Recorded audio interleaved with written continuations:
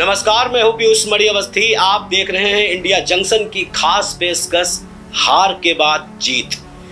इस लोकसभा चुनाव 2024 में जहां समाजवादी पार्टी को अप्रत्याशित जीत के बाद अखिलेश यादव लगातार सक्रिय राजनीति में अपने बड़े बड़े बयानों के जरिए बने हुए हैं, तो वहीं उत्तर प्रदेश की योगी सरकार को इस बार तगड़ा झटका भी लगा था।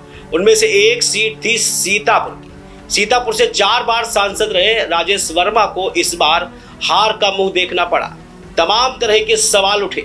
समन्वय बैठक से लेकर कमेटी के बीच भी ये सवाल उठाए गए कि अंदर खाने की राजनीति के तहत राजेश वर्मा को हार मिली है। मतलब साफ था कि राजेश वर्मा के साथ रहने वाले विभीषणों ने राजेश वर्मा को हार के अंजाम तक पहुंचा दिया। उधर राजेश वर्मा की हार हुई और इधर सीतापुर में राजेश वर्मा की राजनीति डगमगा गई थी। लोगों ने उनसे दूरियां बना ली थी। आलम तो ये हो गया कि जिन सांसद के घर में लोगों का तांता लगा रहता था, वहां पर एक समय ऐसा भी आया कि लोग अपनी समस्या तो दूर, खुद राजेश वर्मा का हाल चाल लेने नहीं पहुंचते थे। लेकिन अटल जी का वो अपना एक सिद्धांत मानने वाले, अटल जी को अपना सिद्धांत मानने वाले राजेश वर्मा ने कभी भी हार नहीं मानी। और इसी सीतापुर के अटल चौक से राजेश वर्मा ने आने वाली राजनीति की वो इबादत लिखी जो उनके अंदर खाने खेल खेल रहे विभीषणों को अब भारी पड़ती दिख रही है। दरअसल 5वीं बार चुनावी मैदान में उतरे राजेश वर्मा ने हार का मुंह तो देखा, लेकिन अटल जी के सिद्धांतों पर चलते हुए राजेश वर्मा ने हौसलों से कभी हार नहीं मानी।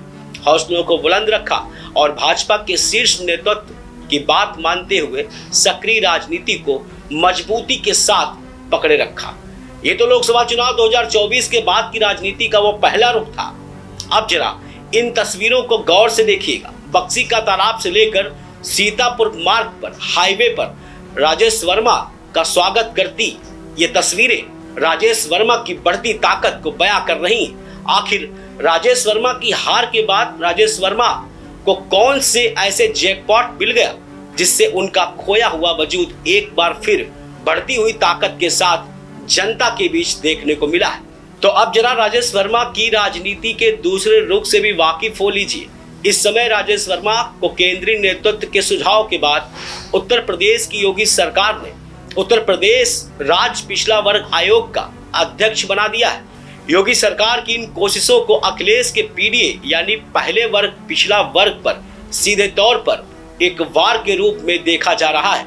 राजेश वर्मा कुर्मी समाज से आते हैं। सीतापुर की राजनीति में राजेश वर्मा के पास वो ताकत है जो कुर्मी समाज के वोटों को भाजपा की झोली में डालकर 2027 के विधानसभा चुनाव और उससे पहले सेमीफाइनल यानी 10 सीटों पर होने वाले विधानसभा उपचुनाव में बीजेपी की ताकत बढ़ाने वाले हैं। शायद यही वजह है कि अब राजेश वर्मा के आगे पीछे जनता के साथ साथ उत्तर प्रदेश के पिछले वर्ग का वो जनसैलाब जुड़ गया है, जिसको वोटों की राजनीति में तब्दील करने के बाद कहीं ना कहीं भाजपा के रास्ते 2029 तक लोकसभा चुनाव में मजबूती के साथ बनते हुए दिखाई भी पड़ रहे हैं। किसी ने शायद सच ही कहा था कि क्यों डरे जिंदगी में, क्या होगा कुछ ना होगा, तजुर्बा होगा।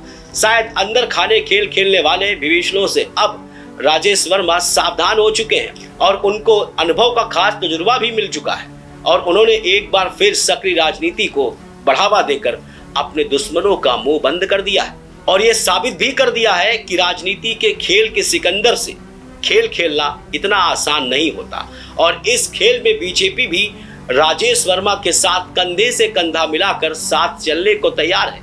शायद यही वजह है कि एक आयोग के अध्यक्ष की पावर देकर योगी आदित्यनाथ ने जहां एक तरफ राजेश वर्मा की ताकत को बढ़ा दिया, तो कुर्मी वोटर के बीच में उन्हीं के समुदाय से आए पुराने दिग्गज और 4 बार के सांसद रहे नेता को लाकर उनका आत्मविश्वास और भरोसा दोनों ही जीत लिया है। आपको इंडिया जंक्शन की खास पेशकश कैसी लगी? अपना फीडबैक हमें जरूर दीजिए। हमारे चैनल को लाइक करें, शेयर करें और सब्सक्राइब करना ना भूलिए। खबरों से जुड़े रहने के लिए सब्सक्राइब करें हमारा चैनल इंडिया जंक्शन।